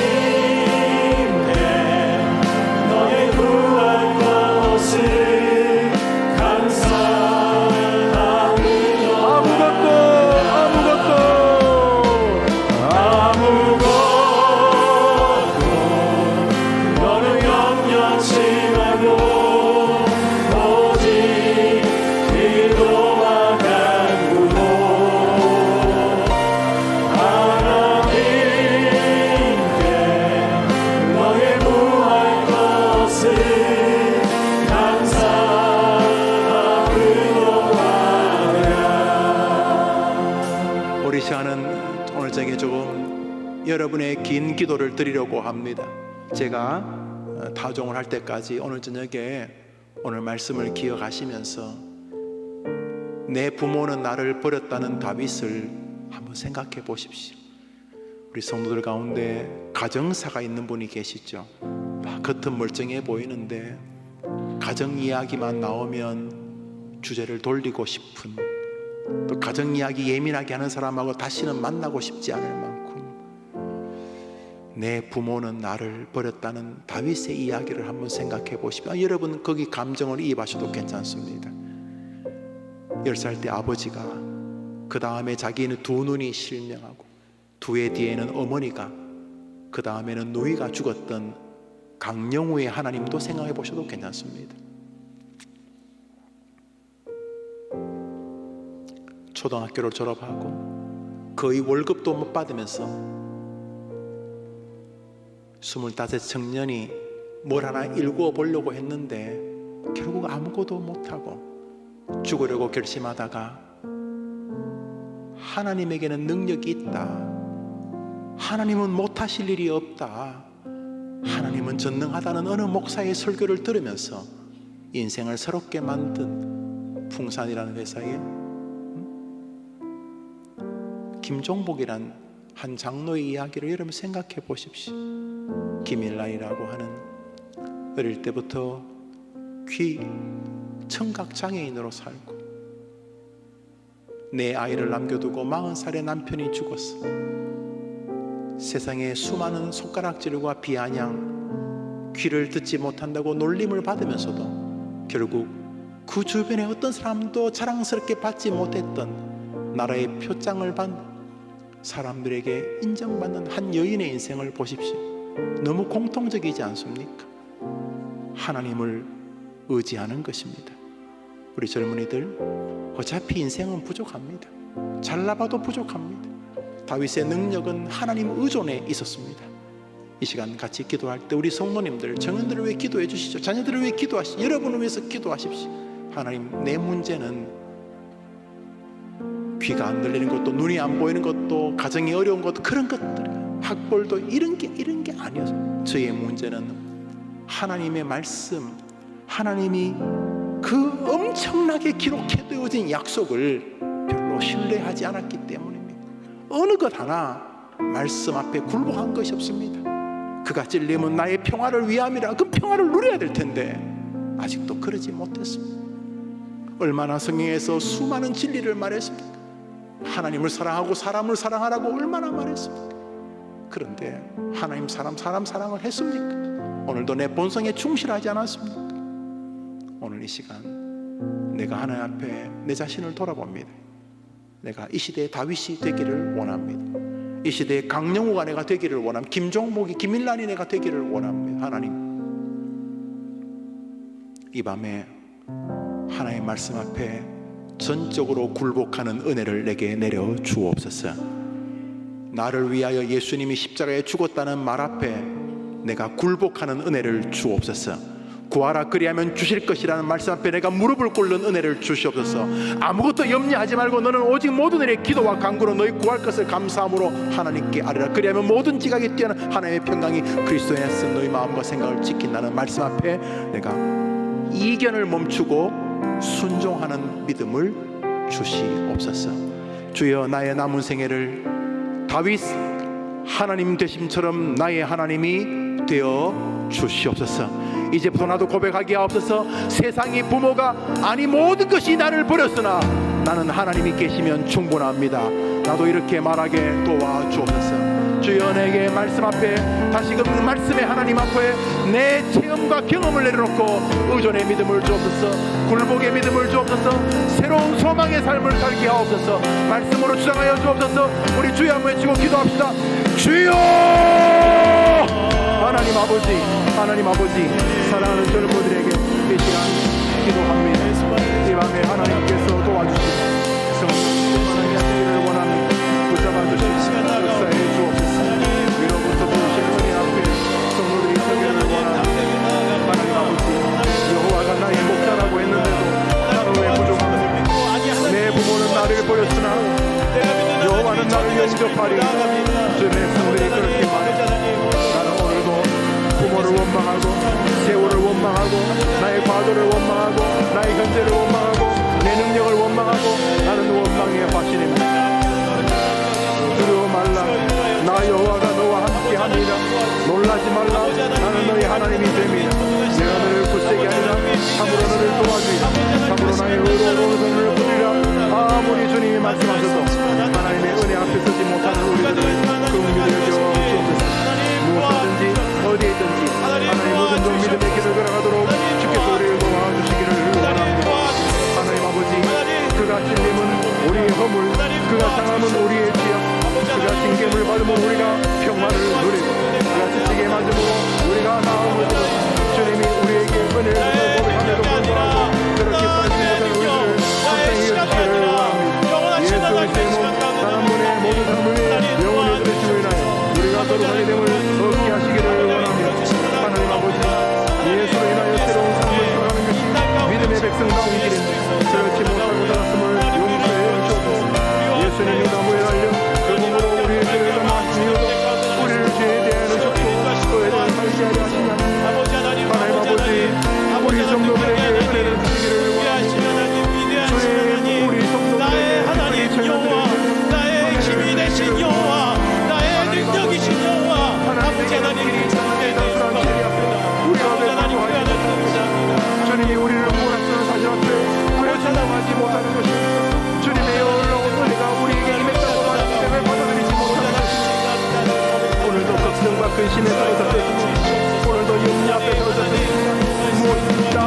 마음의 근심 앞에 있습니다. 내 부모는 나를 버렸고 오늘도 끊임없이 나는 부모가 나를 버렸고 나는 갖지 못했고 나는 약하고 나는 병들었고 나는 오늘도 계속 나는 이야기를 합니다. 하나님 아버지, 여호와 하나님의 눈길이 있다고 말하지 않습니다. 우리 성도들에게 이 밤에 하나님에게는 길이 있다. 이 명백하고도 단순한 우리의 앞에 성취하시기를 원합니다. 비록 사자물의 시간이 길고 산길의 시간이 길고 쫓김의 시간이 길고 고기만의 중에는 종살이하는 시간이 길고 감옥에서 감옥살이하는 시간이 길고 또 어려움에 물고 아무리 길어도 하나님은 지켜보고 계셨고 하나님은 돌보고 하나님은 역사하여 주시고 하나님 하나님 무전적 마음을 주시기를 원합니다. 끝까지 하나님 우리의 마음을 주시기를 원합니다. 그렇게 되게 하시기를 원합니다. 하나님 그렇게 되게 하시기를 원합니다. 우리 젊은이들의 마음을 이 마음 주시기를 원합니다. 나는 부족한 게 정상이고 나는 약한 게 정상이고 하나님에게는 능력이 있는데 그 하나님이 나를 당신의 자녀로 삼으셨다는 믿음 앞에서 이 마음으로 기도하는 우리 성도들을 되게 하시기를 원합니다. 아버지 하나님 청년들의 가족들 사랑하는 부모들 사랑하는 장년들 사랑하는 노년들 사랑하는 어린아이들의 마음속에 하나님에게 능력이 하나님에게 능력이 하나님의 능력이 하나님이 하시는 그 하나님 주 예수 그리스도 바라보고 제명하신 하나님과 동행하겠습니다. 동행하신 하나님을 돕겠습니다. 주여 이거요. 우리 성도님들, 특히 청년들 오늘 설교를 들으셨기 때문에 한 번 더 기도합니다. 중요한 것은 이런 하나님이 도우신 다윗이 20년 가까이 고난을 겪었다는 것입니다. 사울을 피해 다녔다는 것입니다. 강영우란 사람이 그렇게 간증하러 다니기 전까지 믿음이 있었지만은 적지 않은 고난이 있었습니다. 소경이 아무리 은혜를 받아도 공부하기가 쉬웠겠습니까? 경제적인 어려움을 비롯하여 얼마나 난관이 많았겠습니까? 김종목이라는 장로님이 그렇게 25세 주님 만나고 믿음의 길을 걸었지만 IMF 때 또 다 망하고 20여일간 빚을 못 갚아서 감옥에도 가고 그랬다고 들었습니다. 여러분, 주님에 대한 믿음이 오늘 밤에 생긴다고 내일부터 만사 오케이면 다윗의 역사를 빚으신 하나님하고 어떻게 연결이 됩니까? 우리 젊은이들 오늘 이 저녁에 한 번 더 기도할 것인데 우리 성도님도 마찬가지고 내 부모는 나를 버렸으나 여호와는 나를 영접한다는 이 믿음을 가지고 살 때 조금 기다릴 시간이 필요할 수도 있습니다. 요셉이 믿음을 지켰지만 보디발의 집에서 어려움을 당했습니다. 요셉이 믿음을 지켰지만 감옥에서 10수년간 어려움을 겪었습니다. 하나님이 때가 되자 그 믿음의 사람 요셉을 높여준 것 아닙니까? 우리 젊은이들, 왜 여러분이 하나님 말씀 믿으면 내일 고난이 오면 안 됩니까? 무조건 여러분이 하나님 믿으면 내일부터 무조건 만사 오케이 해야 됩니까? 그러면 이런 분명한 신앙을 고백하면서도 20년간 도망다녔던 사울을 피해 다녔던 다윗의 일생은 뭡니까? 다윗의 시편의 대부분은 다윗이 사울을 피해 다닐 때 지은 시들입니다. 이 시간 한 번 더 기도합니다. 하나님 아버지, 제가 좀 착각을 했었는데 하나님 말씀을 분명히 믿고 하나님이 나를 도와주시고 세상은 나를 버리고 돈은 나를 버리고 건강은 나를 버리고 심지어 부모조차 나를 버려도 여호와는 나를 영접한다는 이 믿음을 가진 다윗이 멋진 인생을 살았는데 사는 동안 고난이 좀 이어지기도 했었습니다. 제가 고난이 오면 말씀을 많이 포기했던 것 같습니다. 주님, 다시 내가 이 말씀을 끝까지 붙잡고 우리 시대 역사의 한 획을 그어보겠습니다. 다름이 아니라 부모는 나를 버린다 할지라도 하나님은 말씀하셨기 때문에 뭐라고? 그가 찔림은 너의 평화를, 그가 채찍에 맞음으로 너가 나음을 얻게 하기 위함이라고 말씀하셨기 때문에 그 말씀 믿고 세상이 나를 버려도 하나님은 나를 영접하신다는 믿음을 가지고 하나님 자녀로 승리할 테니 어려움도 이겨나가게 도와주시옵소서. 어려움이 온다고 함부로 믿음 생활 버리지 않도록 주님 도와주시옵소서. 오늘 내가 말씀 들은 거 내게 적용하고 싶습니다. 주님, 이 시대 다윗이, 이 시대 강영우가, 이 시간 김종복이 내가 되기를 원합니다. 이제 다시 출발하겠습니다. 어려우면 좋은 일이 오면 더 하나님께 할렐루야 감사하겠지만 어려움이 와도 괜찮습니다. 여호와는 나를, 내 부모는 버려도 영접하실 것을 분명히 믿습니다. 성경에 써놨으니까 그가 찔린 것은 너의 평화를 위하고 그가 상처를 받아서 우리가 나음을 입은, 나는 하나님께서 예수 죽이면서까지 건진 하나님의 자녀이기 때문에 하나님이 나를 끝내 영접하실 줄 믿습니다. 그래서 지금 보디발의 집이든 감옥이든 나는 이제부터 믿음을 지킬 것입니다. 도와주시옵소서. 우리 한 번 더 손을 다 들어볼까요? 하나님 갑시다. 하나님, 우리 시대 다윗이 여기 있사오니 나의 손을 잡아주시고 다윗의 믿음을 주시옵소서. 주여 한번 외치고 기도합시다. 주여!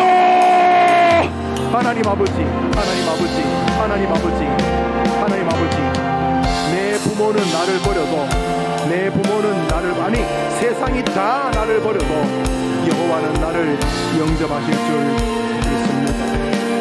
하나님 아버지, 도와주시기를 원합니다.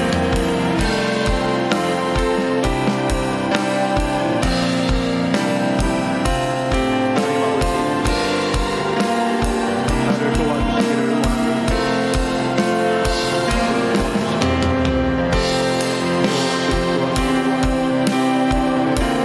하나님 아버지, 도와주시기를. 내 부모는 나를 버렸고 하나님은 나를 영접하실 줄 믿습니다. 왜요? 성경에 말씀하지 않습니까? 자기 아들을 아끼지 않으시며 나를 위해 죽으셨다. 그가 찔린 것은 내가 평화를 누리게 하기 위함이시지, 예수님이 채찍에 맞은 것도 나를 낫게 하시기 위함이죠. 나 때문에 예수님이 고난당하셨지만은 예수님 때문에 나는 새로운 삶이 되었습니다. 나는 하나님이 나를 붙들어 줄 줄 분명히 믿습니다. 나는 예수님의 고난으로 새로운 삶이 되었다고 분명히 믿습니다. 하나님께서 도우시기를 원합니다. 하나님 아버지, 함께 하시기를 원합니다. 하나님께서 도와주실 줄 믿습니다. 하나님께서 함께 하실 줄 믿습니다. 하나님께서 역사하실 줄 믿습니다.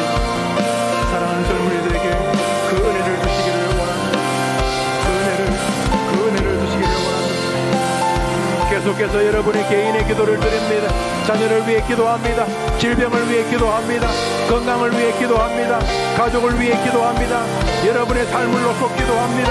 여러분의 질병을 놓고 여러분의 간구를 하나님 앞에 드립니다. 하나님 아버지, 자기 아들까지 주신 거 믿습니다. 이제부터 성경 말씀을 내가 무조건 다 믿습니다. 성경 말씀을 무조건 믿으니까 내 부모가 나를 버려서도 하나님이 나를 영접하실 줄 믿습니다. 이 밤에 기도하는 모든 성도들의 간구에 응답하시기를 원합니다. 총선이 얼마 남지 않았습니다. 우리 대한민국을 도와주시기를 원합니다. 저 북한과 우리 남한이 함께 예수를 영접하고 마음껏 신앙생활하고 교회를 세우는 나라가 되게 해주시기를 원합니다. 하나님 아버지, 이 땅의 교회들을 도와주시기를 원합니다. 특별히 우리 해림교회를 지었습니다. 영아부, 유치부, 아동부, 청소년부, 청년부, 영어부, 보건통일 소방부, 그리고 모든 장년들, 모든 부서에 섬기는 하나님의 백성들을 도와주시기를 원합니다. 하나님 두 손 들고 하나님의 복을 주시기를 원합니다. 하나님의 필요를 채우시고 하나님 있어야 될 것을 공급해 주시기를 원합니다. 오늘도 주님께 영광을 돌리고 오늘도 주님께서 함께 하시는 체험을 하나님 앞에서 맛보게 하기를 원합니다. 주님, 우리에게 역사하시기를 원합니다. 주님, 우리에게 함께 하시기를 원합니다. 특별히 우리 청년들에게 함께 하시기를 원합니다. 그래서 어떤 상황에서도 말씀의 능력과 은혜가 나타나는 우리 젊은이들의 삶이 되게 하시기를 원합니다. 어차피 우리는 세상의 힘으로 살지 않습니다. 우리는 하나님의 힘으로 삽니다. 우리는 세상 논리로 살지 않습니다. 우리는 하나님 논리로 삽니다. 우리는 은혜 경유합니다. 우리는 말씀의 은혜로 삽니다. 이 밤에도 기도하는 모든 성도들의 우리 하나님 역사하시기를 원합니다. 그리고 전부시는 은혜를 모두 하나 제가 믿음이 없고 주여 우리를 도우소서. 이 밤에 주님 사랑합니다. 우리 모든 성도들을 은혜 공성을 주를 도우시기를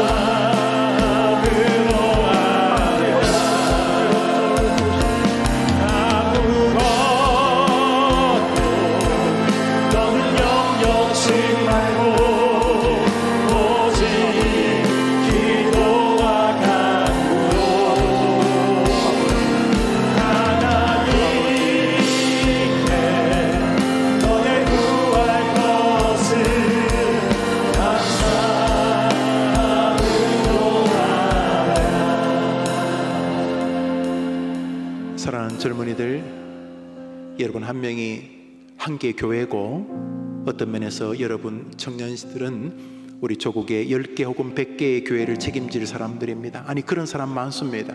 한 청년이 10개, 100개의 교회를 세우는 거 저도 봤습니다. 이 풍진이라고 하는 이 회사에 이 김종목이라는 사람이 최근에 몇 해 전에 병원을 세웠다는 이유 때문에 그 병원을 어떤 의도로 세웠는지를 좀 보려고 하다가 이 사람 글과 기사를 보았습니다. 그러면서 참 똑같았습니다. 하나님이 성경에 사시는 방식과 큰 차이가 없었어요. 다윗도 마찬가지예요. 얼마나 힘들었어요. 요셉도 얼마나 힘들었어요. 그래서 금방 뭐 아니에요.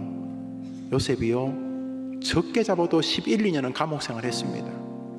그렇게 믿음이 좋았는데, 하나님이 지키실 거 믿었는데, 다윗도요, 내 부모는 나를 버렸으나 여호와는 나를 영접한다고 믿었는데 20년 동안 도망 다녔어요. 그래요. 그런데 우리 주님에게 시간이 무슨 의미가 있습니까? 여러분이 정말 하나님 의지하는 거 지켜보기를 원하시는 거 느끼지 않습니까? 여러분이 주의 말씀 붙잡고 인생의 승부수를 걸면 여러분은 멋진 청년, 중년, 노년의 주인공이 될 것입니다. 이 시간 한 제목으로만 더 기도합시다. 여러분, 기도하면서 이 나라를 위해 기도합니다. 이 나라의 가장 큰 문제가 뭐냐면 북한입니다. 우리나라의 이 사상 논쟁도 북한과 좀 상관이 있습니다. 이 철진한 사상 논쟁도 그 외국에서는 거의 보이지가 않는 거예요. 북한이라는 특이한 존재 때문에 그렇습니다. 빚진 심정도 있고 또 이렇게 여러 가지 심정들이 있어요. 그래서 또 우리는 기독교적으로, 여러분 저 조선민주주의 인민공화국 세계에서 기독교 박해 지수 1위, 저 나라 누가 전도하겠다? 여러분 생각에 저 나라를 누가 전도하도록 하나님이 세우신 것 같습니까? 우리입니다. 같은 언어, 같은 민족, 같은 핏줄 아닙니까? 같은 말. 그래서 우리가 북한을 놓고 기도해야 됩니다. 그래서 제가 볼 때 우리나라에 굉장히 많은 문제가 이 분단으로부터 옵니다. 젊은들 가운데 좀 실수해서 통일을 싫어하는 분이 계신데 조금만 뒤집어 보십시오. 우리 두만강 프로젝트 갈 때마다 북한 보지 않습니까? 기회의 땅입니다. 저는 통일이 되면 우리나라 그 실업률은 거의 제로가 될 거라, 뭐 게으른 사람은 어쩔 수 없지만 무궁무진한 기회가 열려 있습니다. 돈이든 뭐든 무궁무진한 기회가 열려 있습니다. 물론 통일 비용이 좀 들겠지만 여러분, 그거는 아무것도 아닙니다. 기대해 보십시오. 기대. 우리 젊은이들이 복음을 가지고 평양, 개성, 함흥, 아오지, 도문, 여러분 어디든지, 무산, 어디 해산, 여러분이 하실 일을 기대해 보십시오. 그리고 그곳에서 여러분이 교회를 세울 것을 꿈꿔 보십시오. 이 시간 우리 하나님 우리에게 누군가는 통일을 놓고 기도해야 될 테니까, 제가 젊은데 모르지 한 사람을 통해 통일을 주실 수도 있으니까 하나님 우리 북녘 땅에도 복음이 전파되게 도와주십시오. 저는 합법적으로 북한에 갈 수 있는 길이 있다면 저는 그곳에서 목회할 겁니다. 분명히 그럴 것입니다. 그렇게 할 것입니다. 또 하나, 우리가 지금 못 가는 북한은 다양한 방법으로 돕고, 이곳에 와 있는 북한 분들은 가족들하고 전화 연결이 돼요. 여러분 진짜요. 그러니까 그분들을 따뜻하게 돼요. 내일 10시에 종합운동장에서 우리 오래간만에 듣는 말인데, 통일 선교사 운동회, 우리 세터민, 북향민, 뭐라도 불러줬는데 우리 그들과 함께 교제하는. 그래서 저도 오늘 계속 신방을 다니면서 차 뒤에서 계속 설교를 준비한 게 내일 오전에 그분들과 같이 교제하기 위함입니다. 담임 목사 별거 아니지만 같이 뛰고 웃고 하면 격려가 안 되겠나 싶습니다. 아닐까 싶어서 하는 겁니다. 이 시간 통일을 위해서 저 북한에 교회를 세우고 마음껏 예수 믿는 나라가 돼도, 그게 복음만 들어가면 탁월해집니다. 우리 교회 복음 통일 소망부와 두만강 프로젝트를 위해서, 마지막으로 주일학교들을 위해서 기도해 주십시오.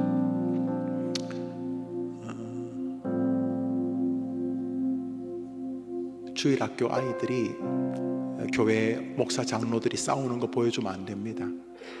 그 다 죽이는 것이기 때문에. 그래서 우리 아이들을 위해 기도해 주셔야 됩니다. 이 아이들은 60년대 70년대 아이들이 아닙니다.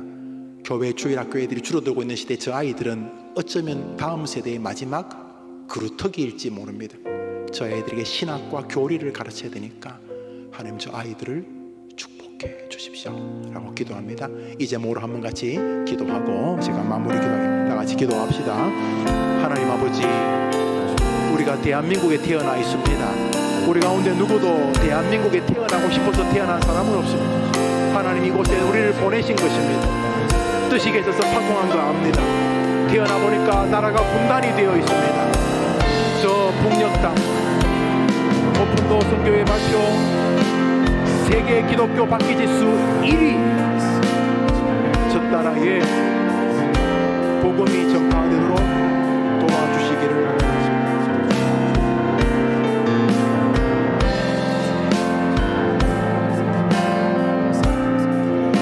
하나님 아버지, 저 북녘 땅은 누군가가 써전해야 됩니다. 특별히 우리 교회에 와 있는 대한민국에 있는 3만 5천 명의 세터민 가운데 적지 않은 수가 우리 교회에서 함께 믿음 생활합니다. 하나님 도와주셔서 저들이 하나님을 높일 때에 하나님의 영광이 되게 도와주시고, 가장 기쁘고 가장 감격스럽게 주님을 경배하게 도와주시기를 원합니다. 저 한 명 한 명이 하나님을 만나고 예수님을 한반도의 전쟁이 사라지게 하여 주옵소서. 남쪽에서 태어난 사람도 살기가 힘든데 북에서 태어난 사람이 얼마나 살기가 어렵겠습니까? 포기하지 말고 이 땅에서 믿음의 반석의 길의 손으로 동력의 영혼들, 우리 해외에는 복음의 소망으로 가족들을 아버지 하나님, 우리를 주께서 지켜주시고 보호하여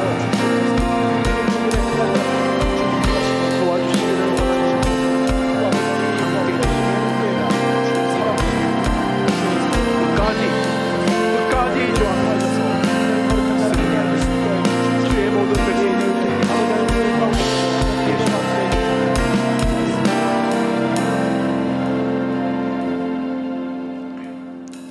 자비로우신 하나님 아버지, 3월 마지막 주간을 지나면서 금쪽 기도회로 모여 기도하게 하신 것을 감사합니다. 우리 모두는 하나님의 뜻으로 이 땅에 보냄을 받았습니다. 우리가 누구도 우리의 자의로 이 땅에 오지 않았던 것처럼 그날도 주님의 뜻으로 우리가 하늘에 도착하게 있을 줄 믿습니다. 그 사이에 숙제를 주셨으니 하나님을 높이는 한 인생 걸어가게 도와 주옵시고 이 땅에서 믿음의 모습을 보여서 하나님을 기쁘시게 하는 우리 성도들, 그 중에서 청년들이 되게 해 주시옵소서. 자비로우신 주님, 주님이 우리를 위해 찔리고 채찍에 맞고 순환당한 것이 너무 안타깝고 너무너무 죄송하고 너무너무 할 말 없는 유구무원이지만은 그럼에도 불구하고 그 일로 벌어진 결과 우리가 나음을 입고 우리가 하나님의 자녀의 자리를 회복하고 평화를 누리게 된 것을 분명히 믿습니다. 그 믿음에 근거해서 삶을 재편하게 도와 주시옵소서. 나는 하나님이 자기 아들까지 죽이면서 건진 하나님의 백성이 아닌가? 세상이, 환경이, 사람들이, 아니 부모조차 나를 버린다 할지라도 자기 아들까지 죽이면서 나를 건진 하나님은 나를 영접하실 줄 믿습니다 라고 하는 정신에 서서 자기에게 맡겨진 믿음의 길을 충실하게 걸어가는 청년들이 되게 해 주옵소서. 믿음이 금방 현실이 되지 않았어. 하나님 분명히 믿지만은 보디발의 감옥, 보디발의 집의 죄수같이 종처럼 있는 것처럼 보이고, 분명히 하나님을 믿지만은 고난의 사자굴 앞에 계속 시간은 길어지는 것처럼 보인다 할지라도 포기하지 말고 하나님을 믿고, 세상은 나를 버려도 하나님은 나를 영접하신다는 신앙을 가지고 오늘도 말씀에 근거해서 자기에게 맡겨진 일을 멋지게 걸어가는 이 시대의 요셉 같은, 이 시대의 다윗 같은 주의 용사들이 다 되게 해 주시옵소서. 성도들이 부르짖으면서 한 기도 안에 눈물이 있고, 자녀에 대한 애절함이 있고, 가족에 대한 회복의 갈망이 있을 줄 아오니 우리 성도들의 기도에 응답해 주시옵소서. 북녘을 위해 기도하지 않을 수가 없습니다. 조선민주주의 인민공화국이라는 저 나라가 기독교 최고로 박해하는 세계 1위의 나라인데, 비정상적인 나라, 한때는 동방의 예루살렘이라고 불렸던 저 나라 아닙니까? 우리가 이 땅에 지금 존재하는 이유가 사명과 관련이 있는 줄 아오니 우리 조국교회가, 우리 해림교회가 북녘 땅에 멋진 복음을 전파하는 그루터기가 되게 해 주옵소서. 특별히 이 땅에 와 있는 3만 5천여 명의 세터민들을 축복하시고, 우리에게 소속되어 있는 150여 명의 새가족들에게 은혜를 더해 주옵시고, 그들이 한 명 한 명 통일 선교사로 자리매김하여서 통일 조국에 이바지하게 하여 주시옵소서. 내일 있게 될 운동회에도 축제와 기쁨과 사랑이 꽃피게 하여 주시고 안전에 어려움이 없도록 지켜 주시옵소서. 이 밤에 이 모양 저 모양으로 기도한 우리 남녀 모든 성도들의 기도에 응답하여 주옵소서. 주신 것을 감사드리고 하나님께 감사하며 헌금을 드리는 모든 성도들의 헌금에 담긴 믿음에도 기도 제목에도 응답하여 주시옵소서. 모든 말씀 예수님의 이름으로 기도합니다. 아멘. 오늘 제가 축도하고 예배를 마치면 자유롭게 기도하시고 돌아가시도록 하겠습니다. 구주 예수님의 은혜와 하나님의 사랑과 성령의 교통하심이 금요일 저녁에 주의 전에 나와 찬양하고 기도하고 말씀 듣고 그 말씀 붙잡고 기도하면서 하나님에게는 길이 있다는 아주 단순하고도 명백한 진리의 말씀을 내 삶의 우선순위에 두고 그 말씀을 따라 승리의 길을 내가 걸어가리라, 이 시대의 다윗의 역사를 내가 쓰리라 다짐하는 주의 백성들 위해, 저들의 기도 제목 위에, 응답의 세계 위에 영원토록 함께 있을지어다. 아멘.